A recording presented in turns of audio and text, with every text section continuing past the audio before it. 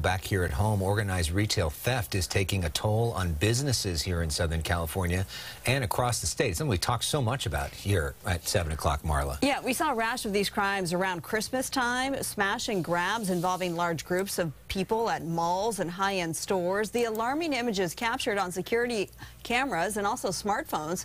But while there's plenty of finger pointing as far as the source of this problem, we have not heard a lot about solutions. But tonight, the California Retailers Association says they have a plan to stop organized retail theft now and prevent it from happening in the future. Rachel Michelin is the president of the California Retailers Association. She is here to share those details exclusively with us first here on the Fox 11 News Special Report. Rachel, thank you. Welcome. So what are the details? How do we fix this? Oh, goodness. So I have been dealing with this issue for months. And as we continue to watch these videos happening, I continue to go back to member companies of the California Retailers Association and said, what can we do to be part of the solution? I think you hit the nail on the head. Lots of finger pointing, lots of people saying this is the problem, that is the problem.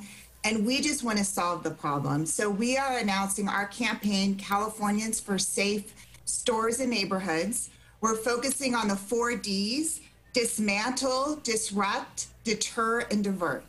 And what we're trying to do is be part of the solution. It's not a silver bullet. It's not going to solve this problem overnight, but at least it's something proactive that we think can bring some much needed changes to hopefully help, particularly our small businesses, our communities, protect our employees and our customers from this rampant retail theft we see across the state of California. So you've announced the plan. How do you put this plan into action? What is the next step? And I think a lot of people also want to know about those repeat offenders and the lack of a consequence for retail theft that we've seen. So let me start with our first, dismantle. So back in December, we worked with Governor Newsom when we saw those just awful smash and grabs across the state. We worked with him for additional funding in the budget to fund our organized retail crime task forces. So we're very supportive of what the governor is pushing in the budget. We hope the state legislature will continue to work with us on that funding because it's needed to make sure we have the resources to combat organized crime rings. We're supporting a bill, Senate Bill 301, which helps disrupt these organized crime rings by putting guardrails around the online marketplaces so that these thieves cannot immediately pop these up on marketplaces, which actually do a lot of harm to our small legitimate sellers on the marketplaces, and make sure that law enforcement and retailers have the ability to stop stolen goods from being sold there.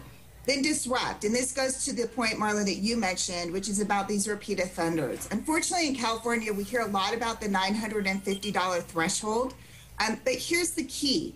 Every time you go in and steal, it's a separate incident, meaning I could go into a retailer, steal $900 every hour for 8 hours, and those are only 8 misdemeanors. It doesn't reach that felony threshold. So what we're saying is that we need to bring that back. We need to make sure we can aggregate these crimes so that these repeat offenders are held accountable. And then we want to deter them and we want to divert them. We want to make sure that they are offered diversion programs, job training. We want to make sure that we are also taking care of our vulnerable populations who are being victimized by these crime rings. And we really believe this is a balanced plan. I talked to everyone. I talked to authors of Prop 47. I talked to law enforcement, district attorneys, elected officials, businesses, small and large. We're really confident that if we can get the legislature to support this, and it takes 2/3 votes of the legislature and a signature of the governor to get this package through, this could be a really good first step to stopping retail theft in our state. Of course, Prop 47 is what she's referencing. That's what hit that $950 threshold for misdemeanors versus felonies. There's now conversation about possible changes to that, and this, I think, will be part of that conversation as well. Rachel Michelin, thanks so much for coming on. Best of luck with your advocacy in the weeks and months ahead. Thanks for having me.